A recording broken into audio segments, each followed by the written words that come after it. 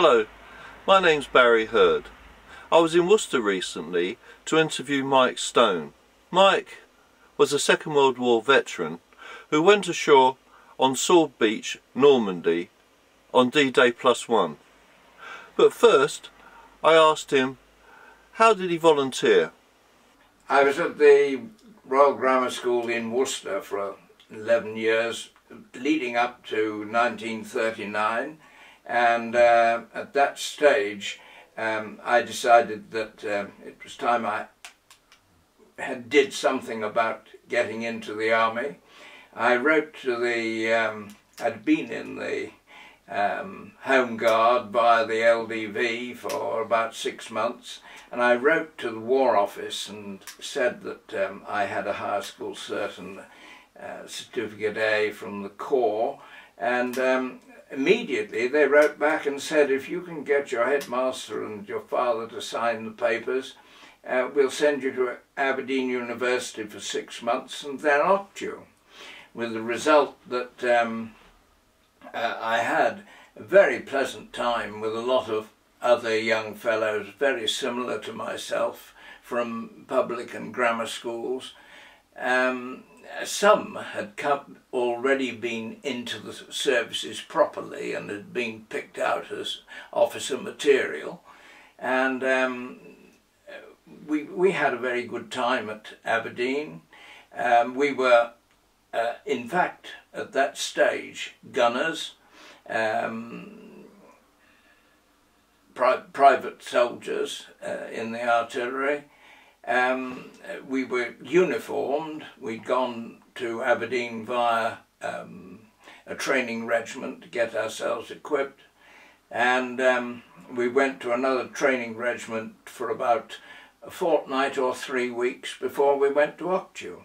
I had 6 months at Octu, first at Lark Hill, which then concentrated on anti-tank artillery officers, and I moved over to Alton Towers, a very different place nowadays, but it was owned at that time by an elderly colonel, and it was used as an Octu. Very pleasant place to be, very different from being at Lark Hill. The parade ground was minute. The one at Lark Hill is so big that you have to give out your orders a little bit in advance because of the sound going across the parade ground. It's ridiculous. Anyway, a year later I sprouted 1 pip. My father by that time had managed to sprout 3 as adjutant of the Worcester Home Guard. After your training, where were you posted? Well, the first regiment I went to was a medium regiment which had been evacuated from Dunkirk. They had, of course, lost all their 6-inch First World War guns, and just the men came back. Quite a lot of them, in fact. I don't think they lost so many people. There had been quite a few casualties, but not in any way enough to spoil it as a unit. And we were then given some little 4.5-inch howitzers also from the First World War, and told to help defend the coast of Lincolnshire. My part of that, I found in the end, consisted in taking a dozen men and a sergeant and going out and pulling sugar beet. For several weeks I was stationed at 48th Div headquarters in Lincoln itself, so that was a comfortable place to be. I had a nice billet with the local vicar, and so it was a very good start in life. We then became part of the army proper. We set up in Sleaford, where we received proper 5.5-inch guns, which are an extremely fine weapon. And they were in the, I'm trying to think of the word, it was part of the brewing place in Sleaford, which was a very good place for a gun park. Not much beer, I'm afraid. And we were eventually, while there, picked to be part of the Second Front when it should happen. And of course, at that time, early 1942, people thought, well, it must be next year. But of course, it took another year as well before we eventually went. But the result was that instead of going as most of my friends had done, which was more or less straight into action, we were merely training. We moved up to Scotland, and we were stationed in Blairgowrie in Perthshire, which is a very nice place to be. My 4 guns were in the little village just outside called Rattray, and we did exercises up into the Highlands, which was extraordinarily good training. We had an old First War colonel who was extremely active, licked us all very much into shape, had a very strict idea of what training meant. We didn't play about. We were really trained very well. We eventually moved down again to Dumfriesshire, to a place called Carronbridge, which is near Drumlanrig Castle, where the old Queen came from. But we had nothing to do with her. It was the castle was merely a piece of the scenery. We did more exercises, and then when the Second Front was starting to loom as a real thing, we were moved down to Kent and eventually into the fields not very far from where we were going to pick up our ship. By the time we had got into these preliminary camps, all our vehicles had been thoroughly waterproofed and so on, because it was likely that we might be having to land through water. And we had one officer was sent away to be taught how to do all this, and in fact it was pretty effective. Next I asked, how was he and the guns shipped over to the beaches?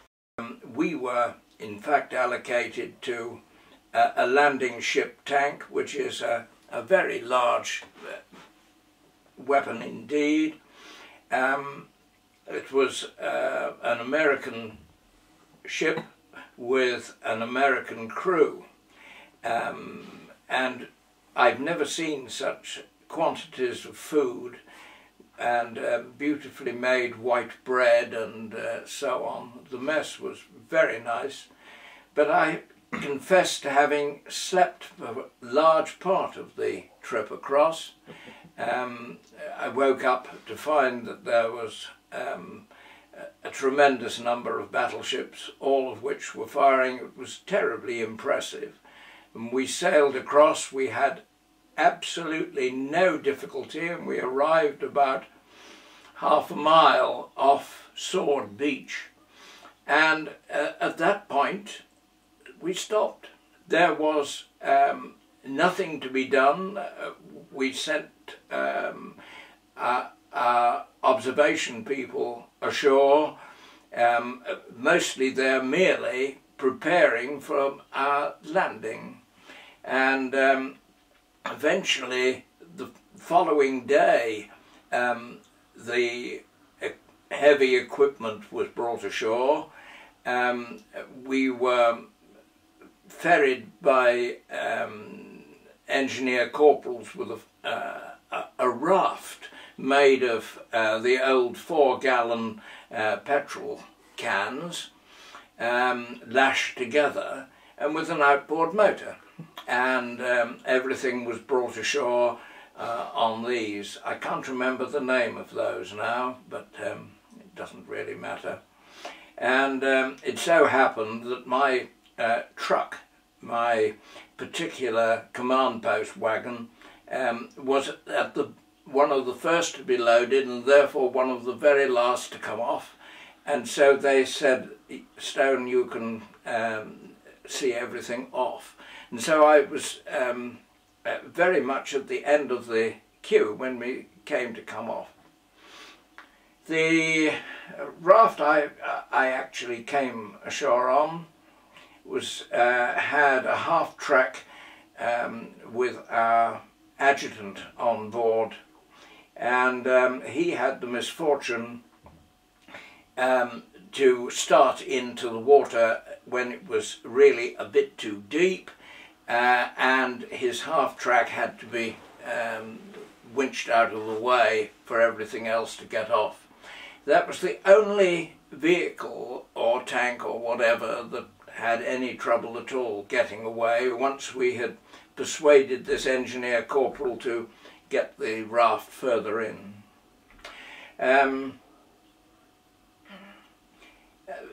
By this time we were getting towards the end of D+1, and I had the misfortune to see, since my vehicle was right at the back of the queue, the other officer in my troop actually deployed my guns in the first position. It was a very pleasant place, not far from Hermonville, and we were firing that very evening, and we went on.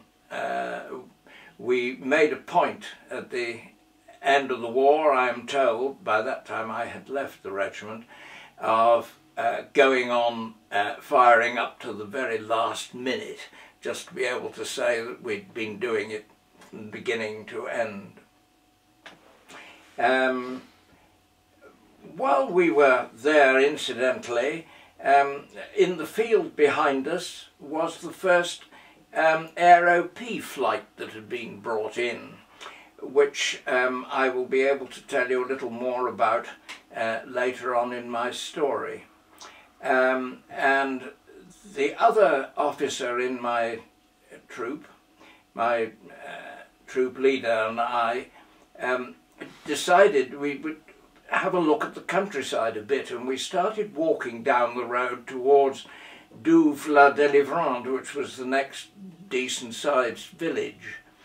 And there was a nasty atmosphere. Everything was extraordinarily quiet, nothing seemed to be moving. And I said, I'm sorry, but I don't think this is a good idea. We're going back to the gun position. In fact, Douve-la-Délivrande was the place which the Germans very nearly reached with a counterattack, either that day or the day after. I can't remember which it was. It was ineffectual, but it certainly showed how very thin on the ground we were. The 1st Brigade attack, which was meant to open the way into Caen, we were supposed to be in Caen, which on our maps beforehand was known as Poland for some extraordinary reason. But we were supposed to be there virtually on D-Day, and this wasn't the case. And of course we were there for a matter of 7 or 8 weeks before we were able eventually to get out, and that was after there had been a number of very heavy attacks on us and by us on the Germans, which gained comparatively very little ground. I asked if the position he was in ever came under fire.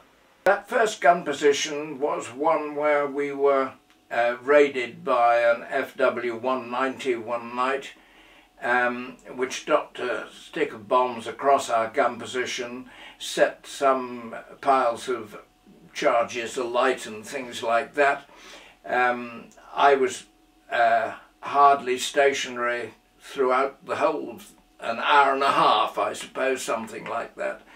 Very unfortunately, we had at the end of the troop position, we had a Bren gun meant to be an anti-aircraft position, which had a very old TA soldier and a very young one in it, and the elderly man was in fact killed, which was very unfortunate. The poor little boy who was with him had a very nasty shock, needless to say. So that was very early on. We had our first casualty, thing one had to get used to eventually. Before I go on with the main story again, I would just mention that we had supplied people to go with the commandos. They needed an OP party with them, and an officer, 2 signallers and an OP assistant went ashore with the commandos. They had an extremely exciting time around a large house whose name I can't remember now, but it was quite an exciting commando story. They were of course armed with Colt automatics and things like that, which was rather dramatic. And unfortunately the OPAC was another fatal casualty. A man I had got to know quite well, a policeman from Cornwall, charming man, but there you are. It happens always to the people you feel were the ones you wish they hadn't, but there you are. That was quite a considerable intervention that the regiment put in.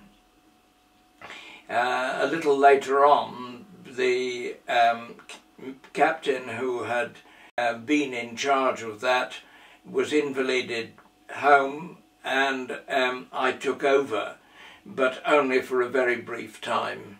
I spent almost all my time in my right place, which was with the guns rather than in observation posts. I had mentioned that we moved about a number of times, but of course the beachhead was very narrow, and we were part of an AGRA, Army Group RA.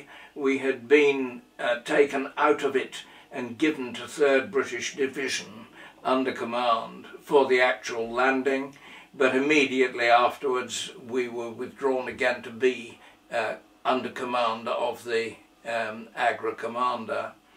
As such, of course, our guns were being used on what might be considered strategic rather than tactical targets, being heavy guns, and 5.5-inch gun fires normally a 100-pound shell, which is 4 times the size of a field gun shell, and we could fire a distance of up to 15 miles if necessary, which is quite a long way.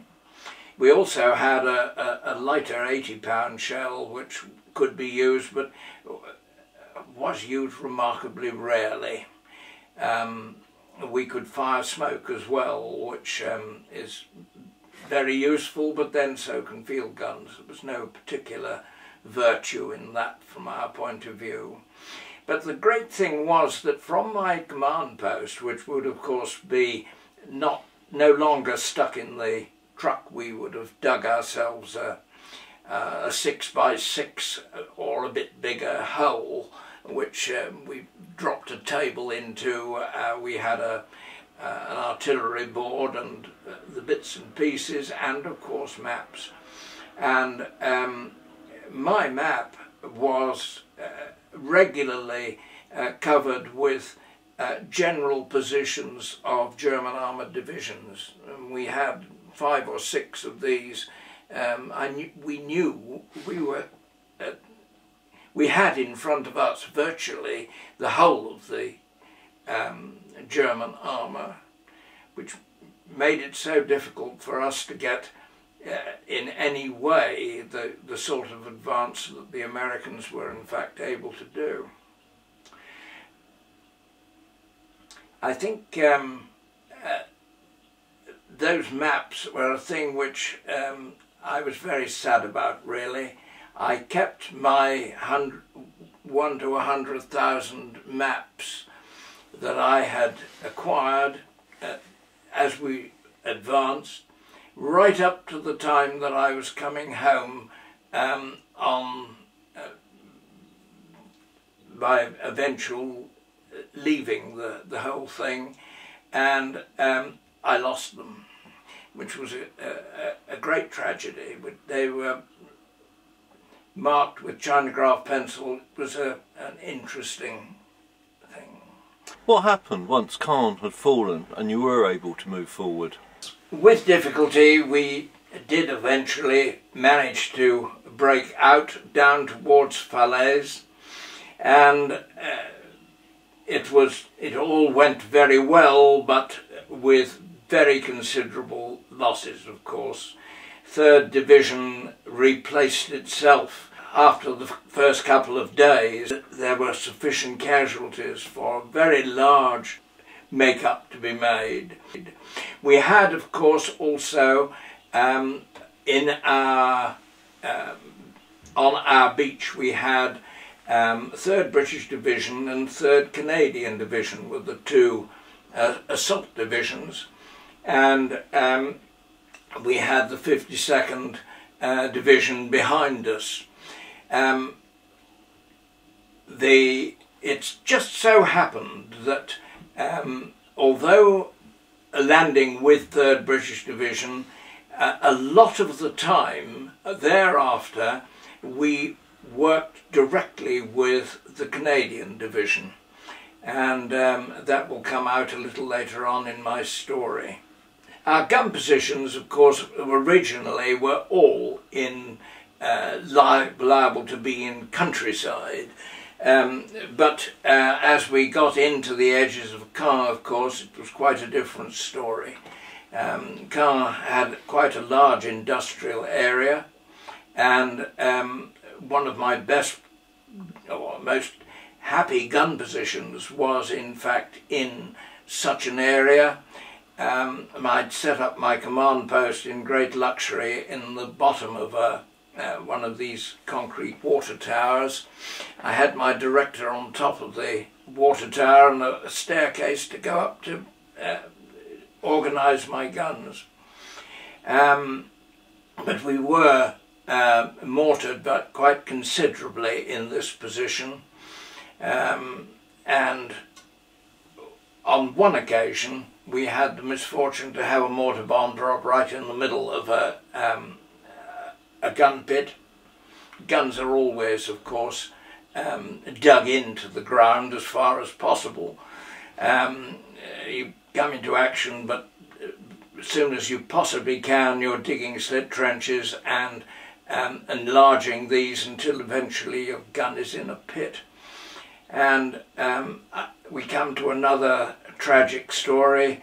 The little man who had been assisting in the anti-aircraft Bren gun position on the very first night that we were bombed was unfortunately buried in his slit trench, and they couldn't get him out before he had died. So he had a very unhappy war. He and the more elderly man who was killed so early on are both in the cemetery at Ranville, and I have the privilege to visit their graves. I've done it now a dozen times, but they were particularly poignant casualties, I felt. From there we got out onto the road going down towards Falaise. that sounds a bit an ambitious thing to say, because you don't get to Falaise until you've got to Argenton, and we were quite a long way short of that. And it was at this point, a little village called Bretteville, where the Canadian Army set off with a sort of thrust to the left, with the idea of eventually dealing with the various ports that the Germans had got. And they worked independently of the rest of the army from that point. They had Polish Armoured Division, 1st Polish Armoured Division, there were two, but the 1st Polish Armoured Division was their armoured division in the Canadian Army. Very exciting, really, to watch them. They were extremely effective, and you would watch them actually taking prisoners and re-uniforming them on the spot into their army, because of course there were a large number of impressed Central Europeans. Once you joined the Canadian First Army, what was their orders? Where were they going? We, as I say, worked with the Canadian 3rd Division, and they had been given this job, the Poles in the front, which was striking off along the coast, a left-handed move, and we went with them. And the first major place that, of course, they had to deal with was Le Havre. And we had another medium regiment joined us there, as well as the ordinary artillery. I've been back to Le Havre a number of times since. One of the men who was often on the television on these things, Captain Hamerton, became a friend of mine. He was how you can be in a Lancer regiment and then be armed with flail tanks. It's difficult to imagine moving at 1.5 miles an hour. But however, the attack on Le Havre was indeed extremely successful, and the Germans did eventually decide, the German general decided in the end to give up, which was the sensible thing to do. He hadn't any hope of holding on anymore. Churchill tanks were the ones that they had, with flails in front of them. Very heavy tank, very small gun, of course, 2-pounder gun. So it was a grinding business getting into the town. We did a tremendous amount of firing at that time. Sufficient amount indeed, so that when that attack was eventually over and Le Havre was in our hands, we went a little further along the coast and recalibrated our guns. We had fired an enormous amount of ammunition by that time already. The general line of advance went through the Dives marshes to start with. That was extremely unpleasant, because the marshes, which the Germans had flooded to limit our landings, were of course infested with mosquitoes, and it was very difficult to be sure that you had cleared your little hole that you were sleeping in of the last mosquito. You usually heard it as soon as you tucked yourself into your sleeping bag. Anyway, we went on through Livarot and Lisieux, and eventually, at that time, of course, the main army was up to the Seine, and people like the Worcesters were very much involved there. We reached the Seine much nearer to the mouth of the river, and my last gun position there was at a little place called Routot. The Routot gun position was really rather nice, again from the point of view of the command post and all those sort of people, because like it was built rather like a small mound with holes going in, radiating all the way around it, stocks of bricks in each one, but you could get yourself right under cover, and it was a wonderful place for the signallers to be able to charge their batteries and that sort of thing, and for us to have a comparatively comfortable command post. We've really, having got to the Seine, that was the end of the beginning, and we went up driving at some speed through the part of France that had been the scene of the First World War, and this was the first time that we really found people coming out to wave us on, because the people in Normandy had settled down to a reasonably quiet life. They were not short of food for themselves, and they were providing excellent food for the Germans, and the Germans were therefore not worrying them much. But the people in northeastern France were quite a different story, really. It was embarrassing to find the odd woman who could speak English wanting to know how many times you'd been wounded and things like that. You felt you had nothing to show.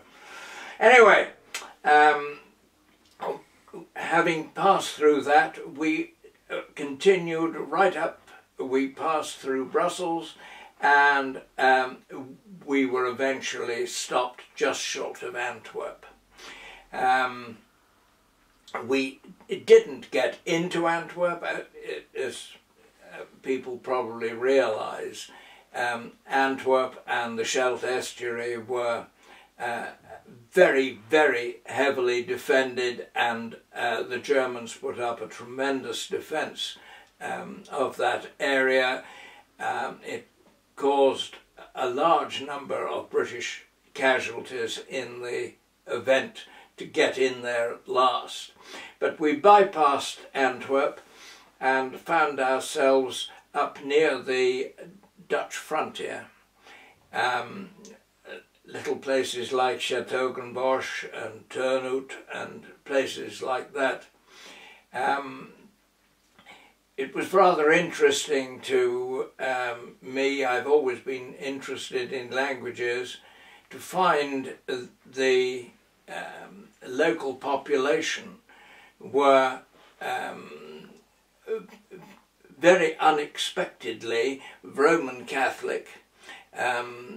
This was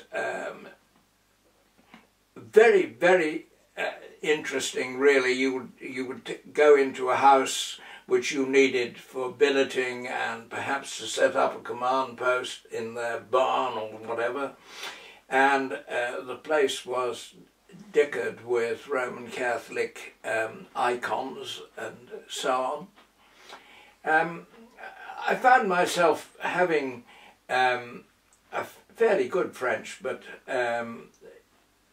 not such fluent German, able to make myself understood reasonably well with the local people there. We hadn't in France really had much contact with the local population, because we tended to be out in the country, as it were, and there was not any large number of houses. But again, the war really ground to a halt.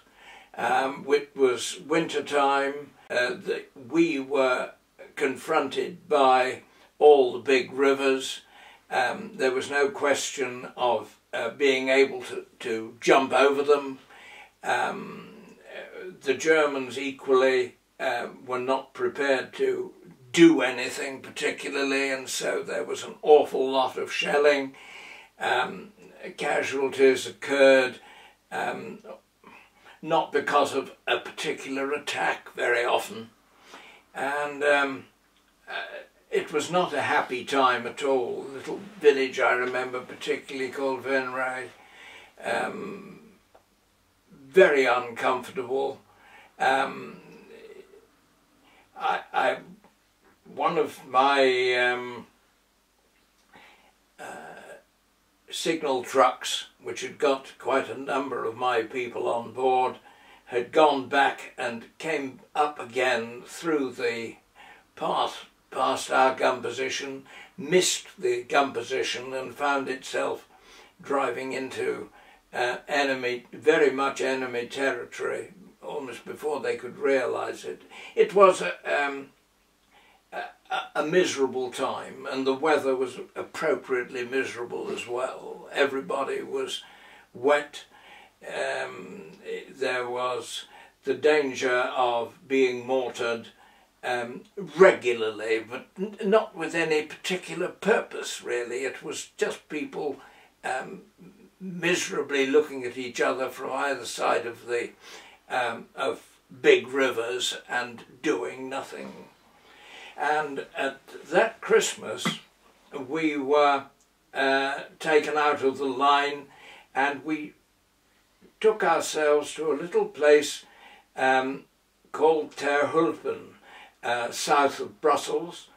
It's also known as La Hulpe in French, and we settled ourselves down there. We were there for 2 weeks. Of course, it meant that we were also spivving the guns and so on to make them look beautiful again, which they were suffering a bit from. And everything was going nicely for Christmas when the bombshell dropped. Rundstedt had attacked, and we sent our battery captains out to monitor gun positions, which to our horror were all going the wrong way. Reserve gun positions that we might retreat to. It was all rather alarming. We were moved ourselves to a little place called Ash, and I was woken up in the middle of the night by Sergeant Major calling everybody in. We were on the move again, and we moved down to ourselves to Dinant. An artillery medium regiment has 2 batteries, and our battery went to Dinant. The other battery went to Givet, which is just over the border into France again, in fact, on the Meuse. We'd left the Maas behind and we were now on the Meuse, but it's the same river. And we were in position, 2 troops in Dinant, 2 troops in Givet, and the amount of ammunition which we were supplied with was simply fantastic. We had more ammunition than I'd ever seen. In fact, of course, the Germans never managed to cross the Meuse again. We knew where they were, how they were getting on, but they were running out of fuel, and they couldn't come any further. My troop commanders had a Bren gun carrier as their vehicle to move about in. He went round a corner on the far side of the Meuse, a matter of only 3 miles ahead of us, the day before Christmas, and unfortunately a German half-track was coming the other way, and they fired first. His driver was killed, he was wounded. He had 2 signallers in the back, one of whom leapt out, and in fact got away with it, and managed to find us and tell us what had happened. Hector Davy was captured, as was the other signaller. And, oh, I forgot, yes, they're indeed, on that occasion, although the crew is normally 3 people and an officer, had an extra man, and there was another signaller, another rather older man, 44, was in fact killed in the carrier as well as the driver. And anyway, Christmas Day was not a very happy day. Our troop commander was in German hands, we didn't know where, and so on. In fact, it all turned out, from his point of view, perfectly all right, because as soon as the Germans had reached that point, literally a couple of miles the other side of the Meuse, the attack petered out, and our own people managed to, Canadians actually found him, and he was repatriated to us in a very short time. This now develops into the Battle of the Bulge, as it became known. The bulge in the German line that wasn't meant to be there. And of course there were very exciting battles going on, particularly with the Americans. In Bastogne, he held out, the man there held out very bravely for a long time, and we had occasional contacts with the Germans. We came across their Panther tanks in particular here. The Panther tank is rather less heavy than the Tiger tank, but has virtually the same armament, and is very much faster. I asked Mike if the guns he had under his command were powerful enough to stop one of these Panther tanks. Yes, a 5.5 gun is rather an interesting weapon, because the trail of the gun, the bit that hooks onto a tractor to be towed, splits in half, and so when being fired, the trails are opened. Each of them has a spade ending to bite into the ground as the gun is fired, but it gives you an enormously good traversing mechanism. Each wind of the traversing handle moves it 1 degree, and you've got something like 60 degrees of traverse. So it's quite a good weapon to find yourself with a Panther tank looking at you. And one of our gun sergeants managed to get a round off at it. I don't think the round hit the tank, but the tank decided that was enough and disappeared. One thing which I was amazed about, I had the opportunity to go and look at where our medium shells had actually been very fortunate to land right on top of a Panther tank. And the 100-pound shell, of course, hadn't penetrated into the tank, but it had split the cupola of the turret, just like a broken saucer, just a drag. Everyone inside it had been killed from the detonation, but the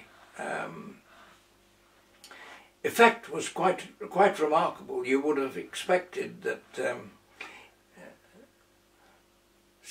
I suppose it's a bit like having a bomb dropped on you. But anyway, it was very interesting. I don't suppose that had happened very often. It was just a fluke. The Ardennes is worth one other personal story. I had put my guns in action in an orchard. The orchard was behind a considerable row of houses. There must have been a dozen small houses, and I had picked to have my command post in the upstairs part of the first house. It was all rather alarming because one was conscious of the danger of a German parachute attack, airborne attack, always during this. It didn't happen, but one was very conscious on the brilliant moonlight nights that we had at that time, that you had very little hope of doing anything. Your small arms wouldn't have been much use, and certainly your own artillery itself was of no value at all. However, I went outside the house to look around, and there was an American jeep, a matter of 7 or 8 houses along, talking to a man at the door. We didn't know of any Americans in the Dinan area, and like a BF, I quietly walked along to go and see what was happening.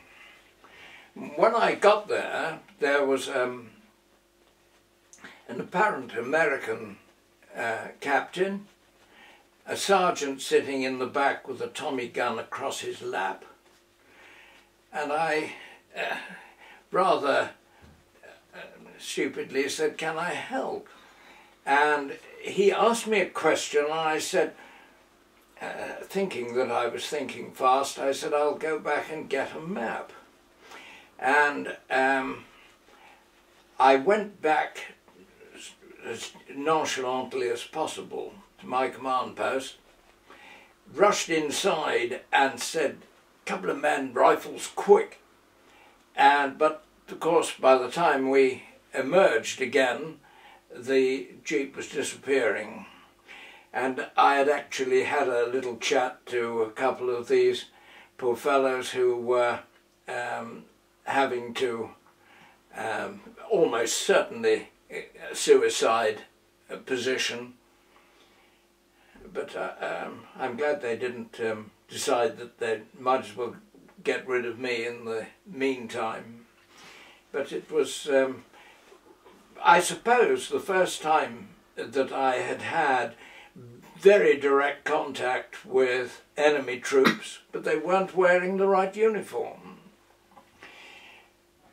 Immediately after the Battle of the, our bit of the Battle of the Bulge was over, we were back with the British Army, and we were dealing with the beginnings of the battle for the Reichswald, which was really breaking into through the Siegfried line, and enormous number of guns were involved, of course, in a huge barrage.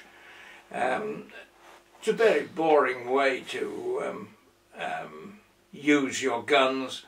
It's much more exciting if you're involved in a war of movement. But we had a most tremendous barrage, but apparently it was generally effective, and we slowly advanced through little villages like Koch and Udem.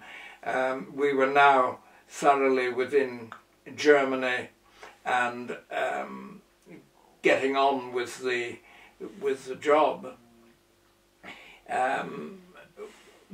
I recall no casualties that we suffered during that period, but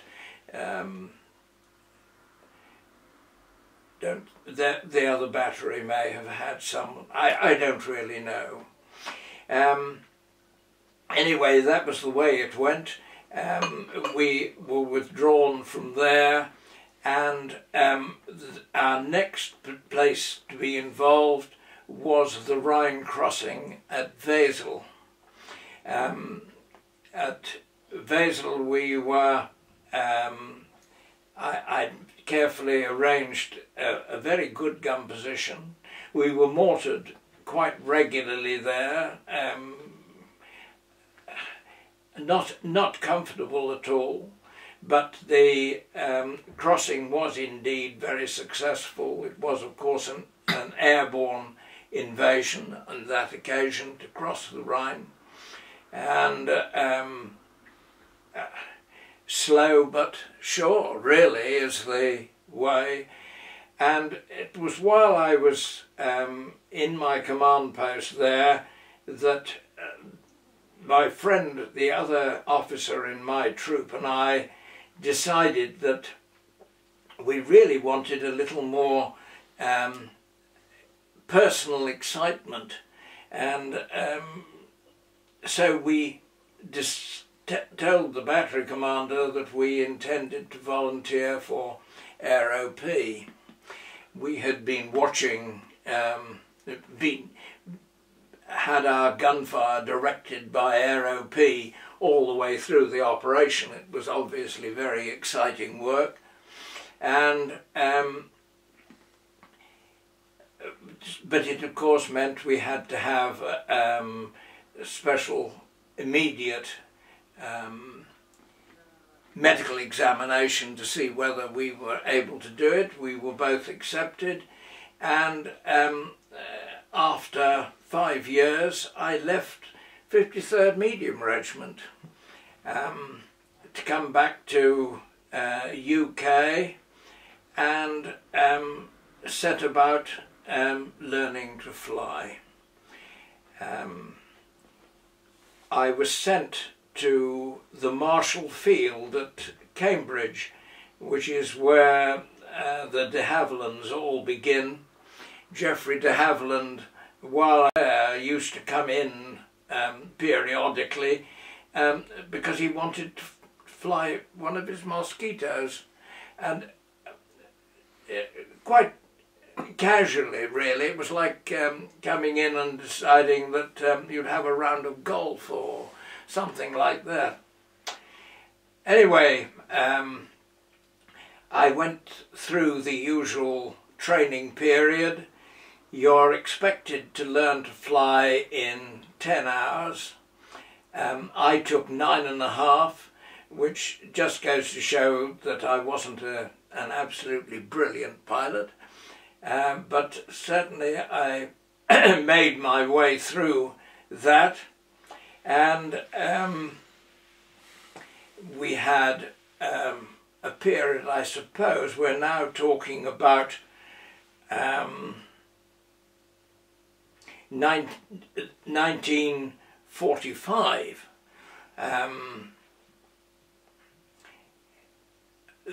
While I was just starting my training, VE Day occurred, and so we immediately our training was changed. All our miniature ranges and things suddenly sprouted forests and things rather than the German landscape that we were used to seeing pictured. And really that was 3 months of steady learning what it meant to fly.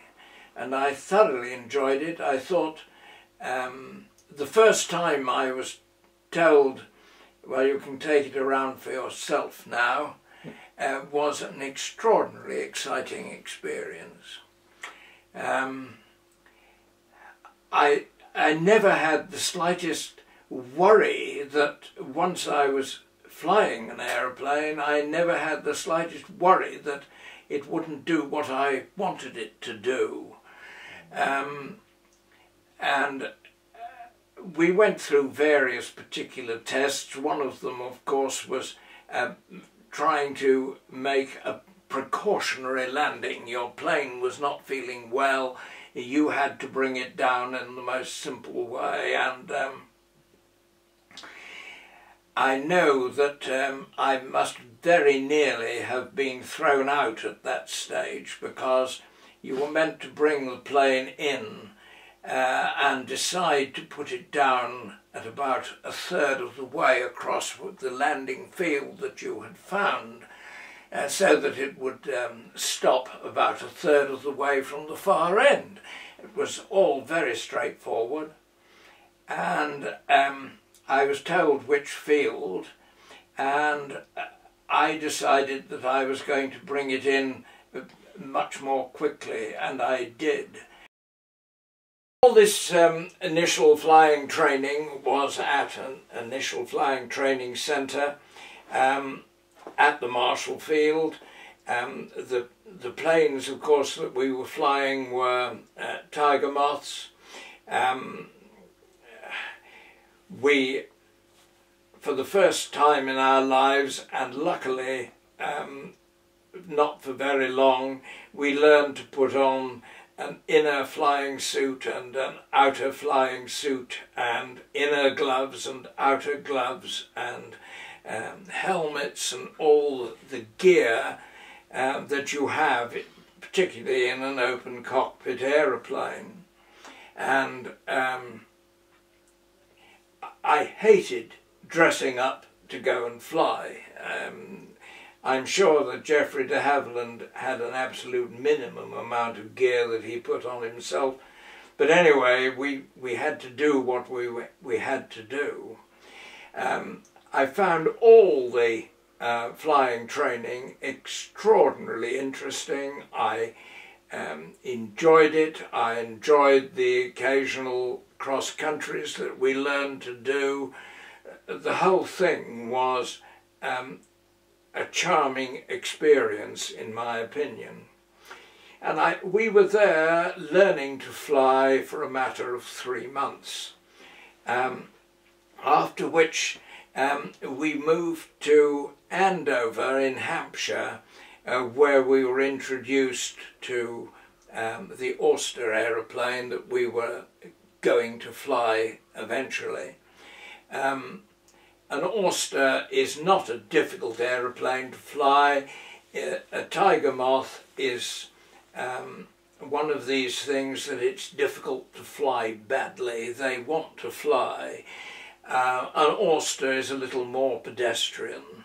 In other words, being a high-wing monoplane, it hangs in the sky rather than being flown through the sky, and you can't do as many interesting things as you could in a Tiger Moth, but it's a very comfortable plane to fly. And coming back to my story about how I disliked dressing up to go and fly, the way that you did it once you were in an Aero P squadron was to merely climb into the aeroplane, take the headphones from the 19 set, which was the other passenger in the plane, the other person in the plane. You flew it on your own, cram the earphones over the top of your service dress cap, and that was you ready to go. There was no question of a parachute, because your normal flight height of flying was so low that we had been flying at proper heights, of course, when we were learning to fly in a Tiger Moth, You had to take it up to 7,000 feet or so to practice doing spins and all the rest of it. You wouldn't try to spin an oyster, that's for sure, and certainly at the sort of height that you normally would be flying it, 200 to 300 feet, you certainly wouldn't wish to. If you did across country, you probably had to try to keep it above 400 feet, because the people who think about aeroplanes flying about the country insist on your keeping them a bit higher off the ground. But that's really all there is to it.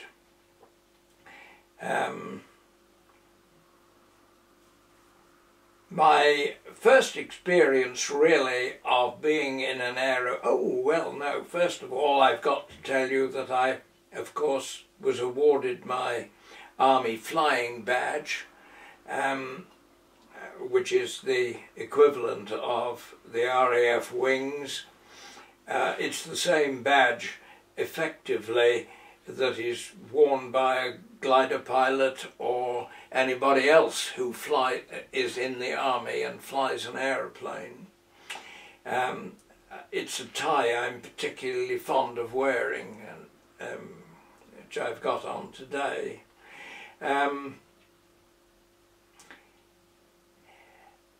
This was done very gently. The group captain who was in charge of the Andover field for our training was the only person who handed out the wings, so it was not a dramatic occasion, not quite the same as in the RAF, but there you are. It is rather an interesting point here to say the RAF had always been very unhappy about anyone other than RAF people flying, and an Aero-P squadron is a squadron of the Royal Air Force. They were given the 650 and 1, 2, 3, 4, 5, 6, etc. Numbering, but they were entirely run by army officers. Apart in a fairly large place you would have an RAF adjutant, but all the rest were officers in the Royal Artillery.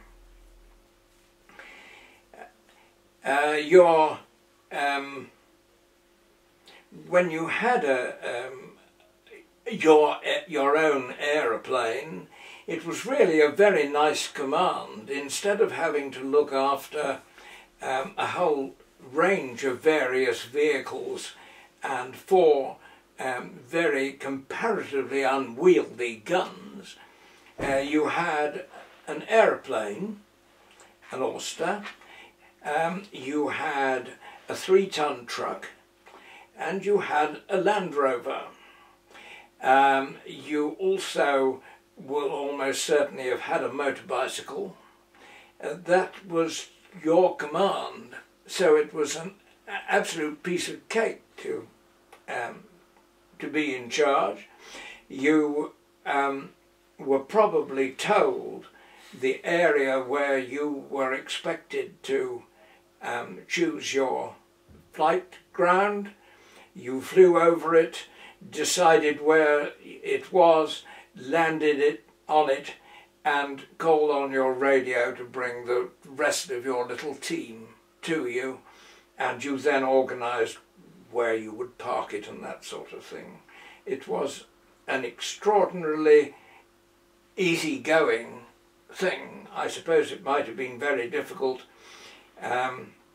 in some conditions, particularly if you had just landed in Sicily and the surroundings were mountainous and hilly. You might well find it was difficult to find a place to land. But the war had become over as far as I was concerned by the time I was flying properly. We're still in this country while I was training. 652 Aero-P squadron, to which I was posted eventually, was in Celle in Germany at the old Luftwaffe headquarters there. Extremely nice accommodation and so on available. Huge runway, which ironically we shared with a wing of Spitfires. Spitfires are aeroplanes which do not land very happily. They have a very long engine and the pilot has a very poor view straight forward, particularly when he's got the nose up to land his aeroplane. And so instead of doing what one did on an Oyster and on Tiger Moth and most aeroplanes, you approach the field flying down wind on the one side, you cross the way you've decided the wind is, turn into the wind and land straightforwardly. Tiger Moth, a Spitfire on the other hand, because of the lack of visibility, you smooth off all the corners and you merely come round in a circle so that you are seeing the runway until the very last moment before you put your wheels onto the ground. And so sharing a runway with Spitfires is something where they have complete priority. You are only needing 100 or 150 yards of runway anyway to deal with. You can probably land and by application of the brakes do it even more gently. But Spitfires are a different kettle of fish, or aeroplane. Demobilisation, I'd just about completed 6 years in total when I came to be demobilised, and I was in Germany, so eventually it was a matter of a train ride to take me to the Hook of Holland to come home.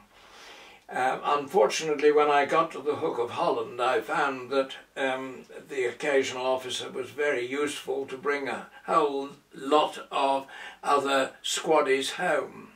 And so I was suddenly found myself with a whole batch of some 30 or 40 men to escort home.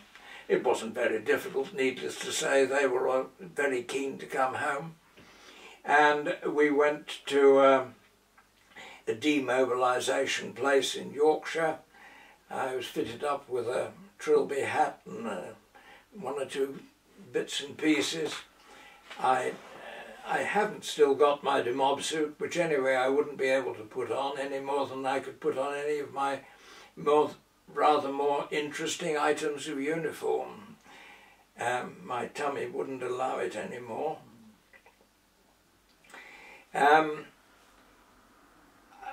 Came home from demobilisation and I came home to Worcester, and my immediate intention on coming back to Worcester, I found that I had my job at the County Council still available to go to, and I also found that I could go down to what was now no longer 67th Field Regiment but 267th Field Regiment in Worcester and sign on again as, unfortunately I had to come down now, having been a captain automatically once I had learned how to run an Oyster. I had to come back to being a lieutenant for a while.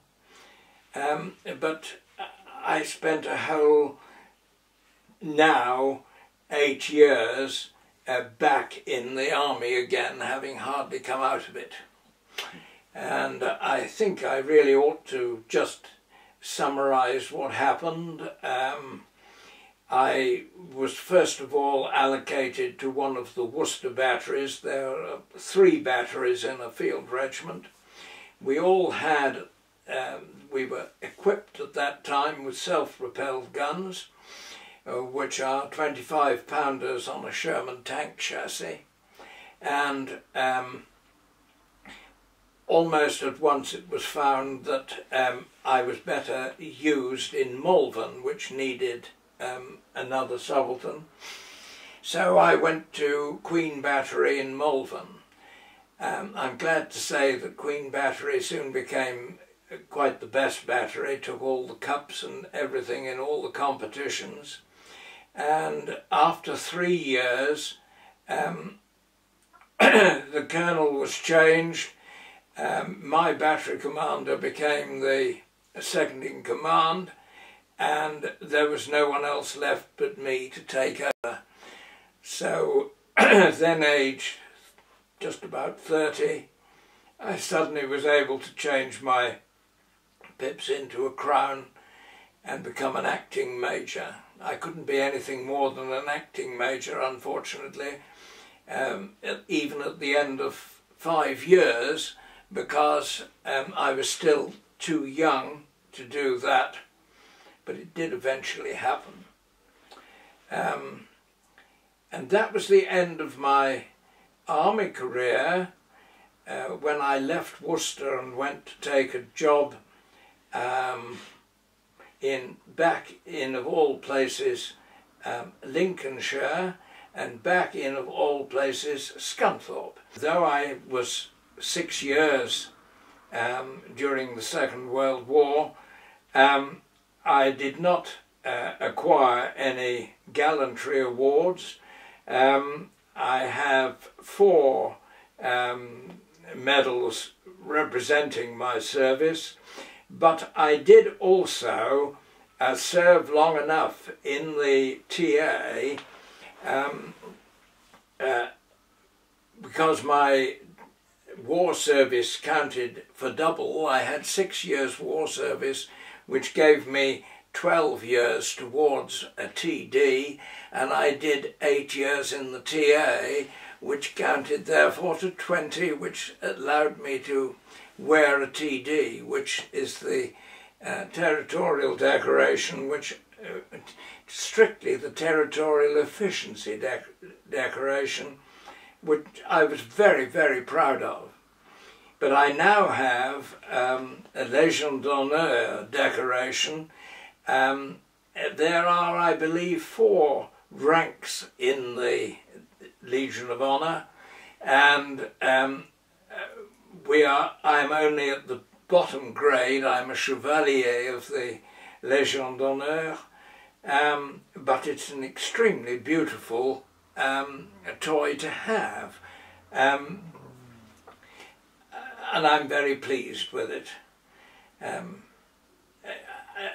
Unusually, for a foreign decoration, it has been decided that since so many British soldiers who took part in the freeing of France that are getting it, even though they put off giving it until most of us had died, you're only a Chevalier of the Legion of Honour. I believe there are, as I say, three further grades, which are unlikely to get. I think it's probable, now that I'm part of Blind Veterans, they ask you whether you're prepared to go to the cenotaph, and I said yes, I was, and so possibly I shall one of these days be asked to go. Perhaps I shan't be able to walk anymore by that time. Funnily enough, Pat and I have in fact been part of that parade once before by accident. We found a policeman to take us up through the crowd, and we were invited by the little group that we joined to come in, and we actually fell into the parade and marched round the corner and into St James's, you know. So it was rather nice.